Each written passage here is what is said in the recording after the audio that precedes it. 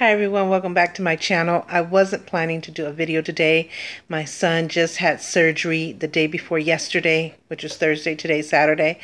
And, you know, the surgery went well, but he has some bleeding, some drainage. He had nose surgery. It's a septum surgery. And so he does still have some bleeding and some drainage. He cries, he gets frustrated, he's uncomfortable. He has tubes up his nose that he can't take out for a week, and recovery is at least 2 weeks. So it's hard to eat. You know, he's on a lot of medication, so forth and so on. So he's autistic also. So it's really hard, but he's resting now. And so since I decided it's just me and him here at home, that I would take the time to do this video while he's resting. So I said in my last video, or the last couple of videos, that I was going to start some topics. I was going to have a series of topics that I was going to talk about. And it ranged all the way from marriage. I will be talking about infidelity, sex, being Hispanic, being an autistic parent, oh my God, every subject that you can think of. What were the rest? Being a mom, family dysfunction, sibling rivalry. Oh my God, the list goes on and on. I can't remember them all offhand, but you'll see it was as we go. I'm going to try to at least do one a week. That's my good intention, but a lot of times my good intentions don't work out. I eventually end up doing it because I'm definitely going to keep my word, but sometimes it doesn't work out in the time frame that I would like them to. So my good intention is to do at least once a week. Don't hold me to it, but if I can do it, I would really be so happy, and I hope you guys enjoy them. I mean, we're not always going to agree, so these are topics that we're going to agree to disagree. If you don't agree with my feelings, my opinions, and my own personal experience, which is my personal experience, that has nothing to do with agree or disagreeing. That's my personal experience. But if I have opinions or feelings about something or whatever that I talk about in these topics, I mean, we can agree to disagree. I enjoy constructive criticism. I don't want negativity. I don't want any rudeness. I'll block it, delete it, report it, do whatever I have to do, because that's not what it's about. It's just about sharing my personal experience, my journey, and my opinions and feelings on something that I've either went through or know somebody that did or have researched it, or just my thoughts on it, because in somehow, you know, it means something to me. I've connected in some way, or just in some way I can highlight you, or how should I say, that I can relate to you if you've gone through it as well, or I don't know how to really explain it, but something to that effect. So the first topic is going to be marriage. I thought I'd start with that. So I did some research on it. Now, I've been married for 27 years to my second husband. I was married before. I was only married for 3 years. It felt like 30, but it was only 3 years, and I have one daughter from that marriage. With this husband, I have 3 children. So I have 2 girls and a boy with this husband, and I have a daughter with my ex-husband. My first marriage was very abusive. Hold on. Sorry, I heard a noise and I didn't know what it was. But yeah, it was very abusive. And I don't really want to go into too much details, but I'm going to give you a little information. I met my husband around 15 years old. We met in a certain church that I went to. We started dating around 16 years old, which wasn't really what my parents said I could do, but my parents had divorced at this time. And my mother thought she would be, if my parents had been together, I wouldn't be dating. My father's philosophy was you can't date until you're 18. And it pretty much was that way. But because my parents divorced and I lived with my mom, she had a more of an open mind and open heart. And because we were in this certain church, she just trusted this person and she trusted this religion to take care of me. And that if you can't be safe in a church, where can you be safe at? And I think that was her thought process. And so she decided to give me a chance, which I appreciate her, because my mom had such a big heart and she was so flexible. But at the same time, she was a mom, and when she made a decision, that was it. She was firm, but she always did everything from her heart and in your best interest. It wasn't just to be mean or because I said so. She was just like that. My father was more stricter, more firmer, so things would have been a whole lot different if I'd have been with both parents. But anyway, she allowed me to date because of the fact that we were in a church. And sometimes you should not go by that, because being in a church doesn't mean that everything is happy or safe or comfortable or the right thing. There's a lot of bad things that happen in churches. So you can't just trust anybody, any church, any pastor. You can't go by that. You really still have to keep an open eye and open mind, which I'm sure she did. But that kind of helped. And the fact that my brother was in this church and he could oversee and kind of protect me is what she felt. So I can understand her thought process, and I really appreciate her giving me a chance. And so, yeah, we started dating. He was 10 years older than me, which was probably not to say that that's not good, because I've always believed that I wanted a man older than me because they can help me and teach me things that I didn't know about. I didn't want somebody the same age that knew the same thing I knew, or somebody younger was even worse. I didn't want to be dragging somebody along. So I always felt that way. I liked older men. I wouldn't be crazy and go 30 years older, but 20 would probably be my max. So anyway, yeah, we dated. There were really big red flags, really signs that I shouldn't have married. Period. Those flags were huge. And one of them was he slapped me while we were going out. So that would have been, oh my God, if he's abusive now, it's not going to get any better when we get married. But sometimes you think, oh, if I get married, because he was really jealous, if I get married, then he'll know that I really love him, that I really want to be with him, and he'll calm down and things will change and that'll never happen again. This was a mistake, and you start to make excuses for this person and even defend and protect them. And I did a lot of protecting, and my mother saw the signs and she kind of thought, this is not good. He would rotate my house at 2, 3, 4 o'clock in the morning, make sure I was still at home with my mom, which he should have known that my mom was a decent human being. She didn't play that game that Carmen's going to be loose at 2, 3, 4 o'clock in the morning. That's not how she operates. But his jealousy and insecurity got the best of him, and that's just how he was. And so I should have said, this is not a relationship I want to be in, especially seeing my parents' relationship.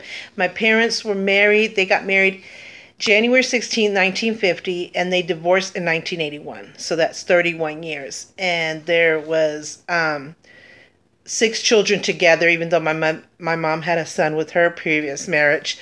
My dad, he was the most responsible person. He never was late. He never missed work. He worked for 40 years. He owned his own home, his own cars. Everything he bought in cash. He never borrowed any money from anybody. He never owed anybody a penny. His bills were always paid. My mom and us had the best. We all was offered to go to college. We didn't go to college because we didn't want to. We all did. And so he, as a provider, he was perfect. He was the best. And he loved us. And he, did things for us. But he was a horrible husband. He was abusive to my mother, emotionally, verbally, and physically. I hands-on saw this because I was the baby and I was left. Everybody had left and got married, and I was the one there. And there was one point where they had a fight and my father threw me across the room. He completely forgot that I was a child and I was his daughter, and why would you do that? He shouldn't even been hurting my mother in any kind of way, less much his daughter. And so, but all this was related to him drinking. My father, I never related to him as an alcoholic, because to me, an alcoholic was somebody who couldn't hold a job, who couldn't pay their bills, who was on the street corner begging for wine in a wine bottle. That's my thought of an alcoholic. And it wasn't until I worked for the alcohol and drug program and went to different conferences and watched different videos and studied and researched and got educated in alcohol and drugs that I realized that my father was indeed an alcoholic, because he couldn't stop. Even though he could hold his own and he had a ton of money in the bank and he never needed for anything. And I never saw my mother sit at the table or cry of how we're going to pay one bill or this bill or that bill, or how we're going to make it, how we're going to pay the rent. We never rented. Well, my dad rented a house, but he owned a house as well. And he just rented that house out and then rented another one. I don't know why he just didn't stay in the house he owned, but I guess he just owned that one and wanted to rent that one out, which is a duplex, is up and downstairs, and he was renting this house. So he kind of wasn't paying for rent because that rent was paying for this rent, but he loved this area, he loved this house, and so that's probably why he did it. But yeah, so it was all related to drinking. And when he drank, he just was so abusive, emotionally, verbally, and physically. And I should have known when I saw the signs in my ex-husband, I should have known that from experience. And I would tell myself I would never marry a man like my dad. Never. I like the providing. I love that he's my dad. I love him to death. I mean, he's an awesome dad. I wouldn't change him for the world, but I would not marry somebody like him. And so I told myself that over and over again. But they say unconsciously that's exactly who you end up marrying because that's all you know. And so they were true because unconsciously I went right to the same person, even though my ex-husband didn't drink. From my understanding, he may drink now. I think he does. He's mentioned he drinks, and I've seen that he does drink now. But we were in that certain religion, and you couldn't smoke or drink or do any of that, so he didn't. So his abuse wasn't coming from alcohol or drinking. It was just pure that macho insecurity, deep jealousy, that kind of jealousy that you imagine things. You don't really see what you're talking about. It's really weird to explain, but I'm sure a lot of people can relate. So yeah, I saw the signs. I saw that one slap, and I remember I used to get so hurt. I didn't want to lose him, and I kept saying, but I love him and stuff like that. And so, having the experience with my dad and seeing the signs should have been two huge flags to say, this ain't never going to change. It ain't never going to stop. It ain't never going to work. But I was 16, I was in love. I was, drawn by this older man interested in me. And so I totally disregarded the experience I had with my dad. And let me go back to my dad real quick. I'm so happy that my parents divorced because they would always be my parents. They will always be in my life. That wasn't going to change, but at least my mom would be happy. She would be safe. And so my grades started going down. I started getting affected because I was always nervous because I didn't know today was my dad going to hit her. Today was my dad going to give her, because she had heart attacks from so much suffering with my dad. She had several heart attacks, and thank God she survived them. She ended up still dying from her heart years later. But, and it was like my mother had to just grab my hand and just run down the street and leave. We had to leave everything behind. We had to live with different family members, which was so hard for me because I wasn't treated with a lot of love, and I wasn't really welcome, and I wasn't really happy and comfortable. Because when you live with other people, you have to abide by their rules, and sometimes they could be kind of mean and like make you feel unwelcome. Like, this is not your house, this is our house, and what you have to. And so in the different places that we live, I never felt happy or safe or comfortable. It was so hard for me. I wanted to go back so bad, and I didn't want my mom to be hurt, but at the same time, I didn't want to live like this. It was really rough. My grades started going down. I was always having panic attacks, nervous, because there was no brother or sister there to help me, to stop my dad, and he always would threaten to kill her, and, it was just a really bad suffering for my mom. So I remember one day telling her, you gotta get a divorce. And she said, no, but there's 3 more years and I want to finish raising you. I want you to have both parents. I said, I will always have both parents. You will always be my parents. I will always love you. You will always be a part of my life. I will always see you both, visit you both. I can visit my dad anytime. Please don't do it for me. I said, because you guys are affecting me. I said, my grades are going down. I'm having panic attacks. I'm so scared, and this is not what I should be going through, and it's certainly not what you should be suffering. You deserve better, and I appreciate you thinking about me and wanting to finish raising me with both parents, but that's not good for me, and it's definitely not safe for you. Please get a divorce. And with that urging, she went and filed, and my dad wasn't happy. We had to go to court, and because I was 15, the judge asked me who I wanted to be with. I was old enough to choose. Of course, I chose my mom because I was so close to her, not only because from a female standpoint, but I knew I would need my mother's help and advice and just relationship even more so than my dad. And my dad was a man, he could survive, and I knew my mother was going to need me. All this for so many reasons, but I was sad because I didn't want my dad to think I didn't love him or that I love my mom more. It was just that was the right thing for me and my mom, for both of us to be with each other. And for a while my dad didn't talk to me, which is kind of mean, but you know, he thought about it and kind of got over and thought, that's not right. This is my daughter and she did make the right choice and I know she loves me.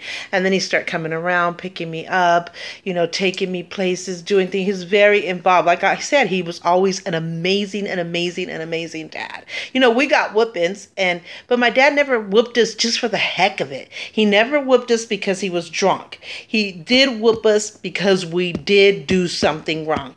Now, I'm not a full agreeer with whippings. I've never whipped my child. I think I spanked my daughter in the teenage years with the belt, and I was more so to scare her because she really just threw me off for a curb. It was just, she just was not doing what she was supposed to do, and then she had the audacity to go to the movies. I don't want to go into all of that, but I got this lightweight belt, and I just wanted to really scare her, so I was calling myself spanking her, but it was probably killing me more than her.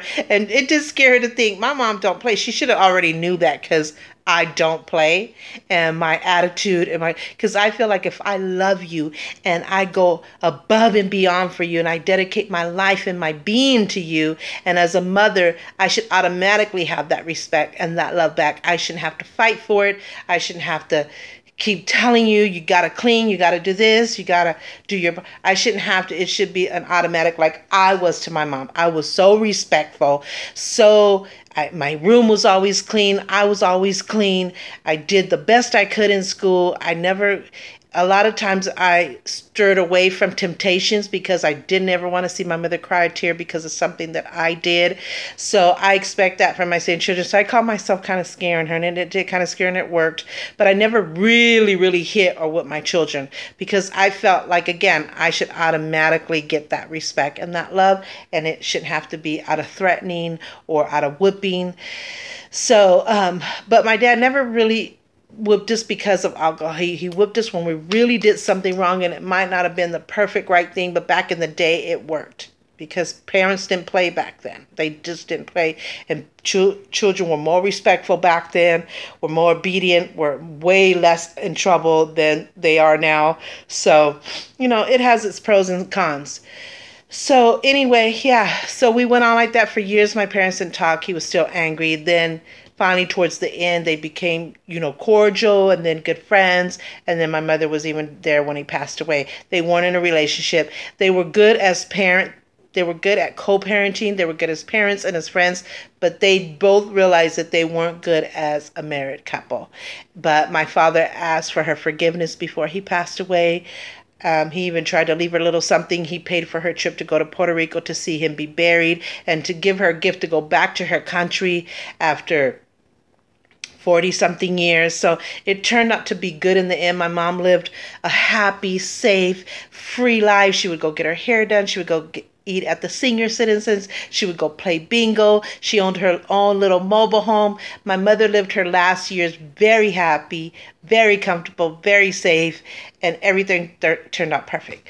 But now going to my ex-husband. So having that experience and seeing all these big signs and the jealousy and all this stuff, I had more than enough signs and information to have said, this cannot happen. This cannot work. I cannot go through with this, and we both need to go our separate ways and move on in life. But because I was so, oh my God, an older man sees something in me, an older man loves me, we're in the church, oh, he'll change, you know. It was just an accident, you know, but I love him.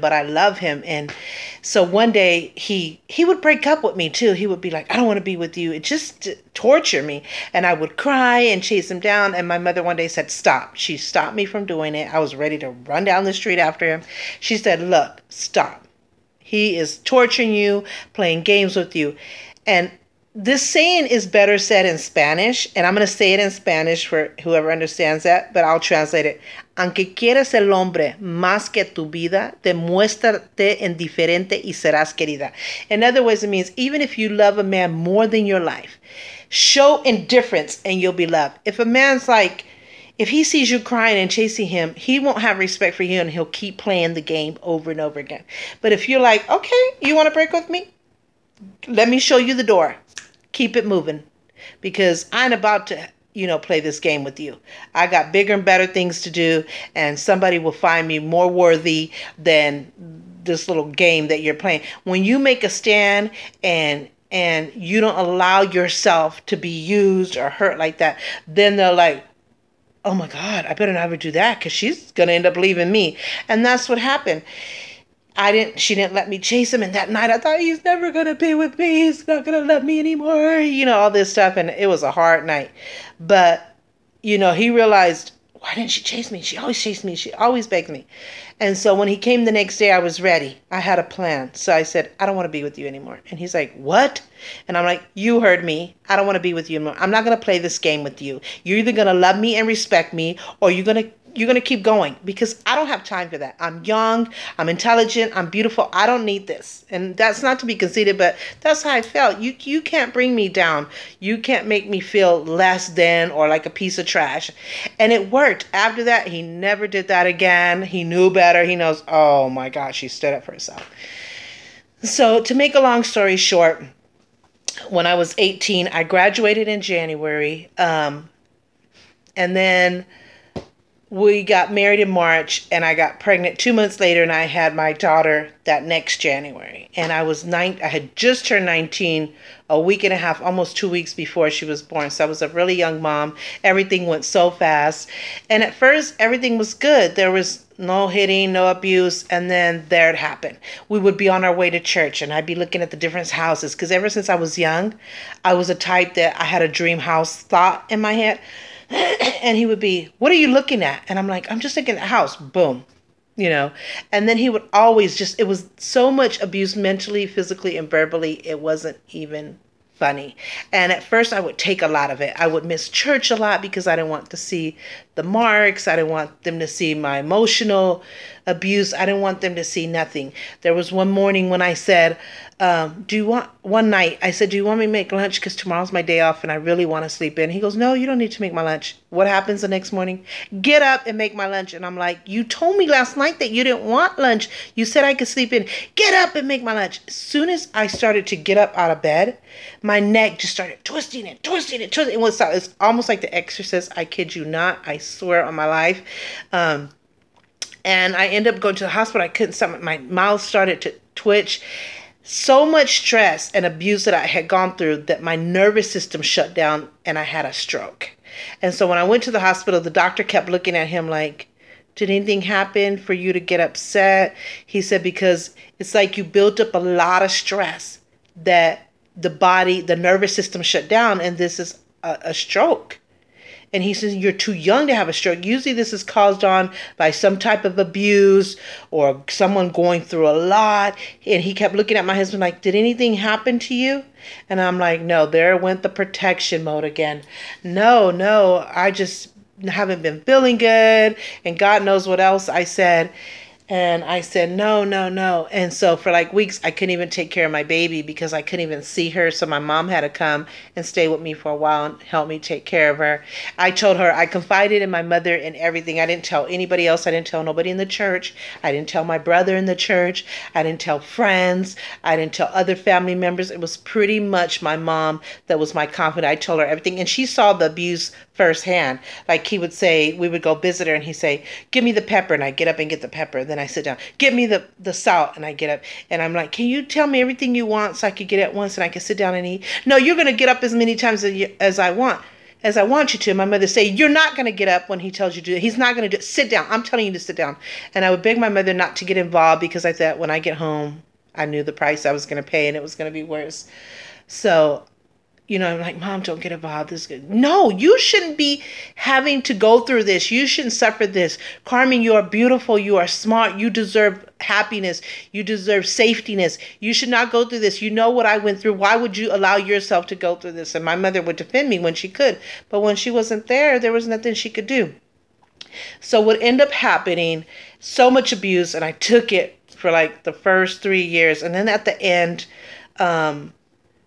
to make a long story short, at the end, I don't know what we started to fight about exactly this day, but my niece had been staying with me, and I don't know what exactly started. It's been over 30 years, but somehow he just started, yelling at me and just emotionally and verbally abusing me. And finally, I said, I can't take it. If he puts his stupid, filthy hands on me, I'm going to knock him out. But I knew that once I started hitting, I was going to have to continue to hit because he was going to kill me. If once I started, then I try to stop and change my mind. This was going to go down. So sure enough, he pulled me back then in the 80s. You wore chains, pulled my chains, so he cut and burned my neck up. And then he punched me and I just punched him back, and he punched me and I punched him back, and I had to go with every force that I had. So it's like punch, I was like boom, I just threw my whole body and my whole punch into punching him. And then we were going from one room to another, rolling on the ground. He stumped on me, I stumped on him, he punched me, I punched him.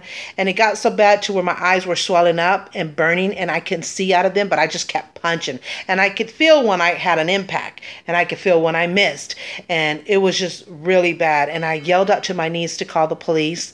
And she tried to call the police, and he pulled the cord. So he tore the cord up. Then I said, go get the neighbors, and he slammed the door. So all she could think about was grabbing my baby, sitting down, and they were both shaking in a corner. And that made me more angry. So I think I got more strength. And even though I couldn't see and I was in so much pain, I knew I had popped him pretty good. I was just determined. I was sick. I didn't love him anymore. I had no respect for him. I didn't want to be with him anymore. And I wasn't willing to take not one solid abuse, whether it was emotionally, verbally, or physically. I was going to fight back like I had fought back in school. I had to fight back in school to earn respect and protection. Because if I didn't fight back, I would get hurt and killed in school because I was raised in East Oakland. And so somebody came for me, I had to fight back. Girl, boy, 2, 3, 5 of them, gangsters. It didn't matter. I had to fight back. I said, so why can I continue to be in that mode? Why am I letting this one man take me down? That isn't going to happen. So once you're determined and you lost love and respect, you're determined to fight back, even if you have to be hurt from it, even if you have to die fighting, but you're going to die fighting back. And that was my thought process. So I went from one room to the next, the punching, and I was punching hard. I was punching with everything I had. I was throwing my whole body into it, and every punch he gave me, I punched him back. Most of the time I impacted. Maybe a couple of times I missed, but pretty much I got it. And the point was that he knew I was tired, that I had lost all love and respect for him, and that I wasn't scared of him anymore, and I was going to fight back no matter what the consequences were. So somehow, after so much fighting, going punching and slapping and snatching and choking from one room to another and rolling on the floor and me stumping on him, because he would turn around and stump on me and I'd turn around over and stump on him. I don't know where I got the strength from, but I did. I think my fighting in the school days came back to me. And I think the anger and the hurt built up. And then to see my niece and my baby crying in a corner was like, oh, that you just crossed the line. So somehow it stopped. I think we had had enough. We were exhausted. So much damage had been done. So I sat at the table with my niece and my baby. And I remember I had all my important papers, baptism, birth certificates, all passports, all documents, and this file that I kept organized. So I told my daughter, to get that, and my niece, and she said, okay. She said, but I'm afraid he's in the room. I don't want something to happen. I'll get it, later. And I'm like, okay. So I'm sitting there, and in my mind, I'm thinking, when he goes to sleep, I'm going to kill him. I was determined. Nobody and nothing was going to change my mind. I was just waiting for him to go to sleep. But thank God, God is so good that he was with me. He was protecting me. Even though I went through things, he was still going to be there. God didn't leave me alone. Even though I did have to go through that fight and go through all this suffering, that, he was still there, and he was going to get me through at the end. And so he came, and his keys were on the kitchen table, and he said, I think I better go. And I said, yeah, you do that. And so he left. So then my niece got the file, got my purse. I said, there was no cell phones back then, none of that. So the telephone was torn when he tore the cord. I said, go down to the public phone, tell grandma that I'm coming, if it's okay if I can come, and that we'll be there. And she said, yeah. So I told her, call the cab. So we got a cab. And halfway there, I said, how much is in my purse? And she said, Auntie Carmen, you only have $17.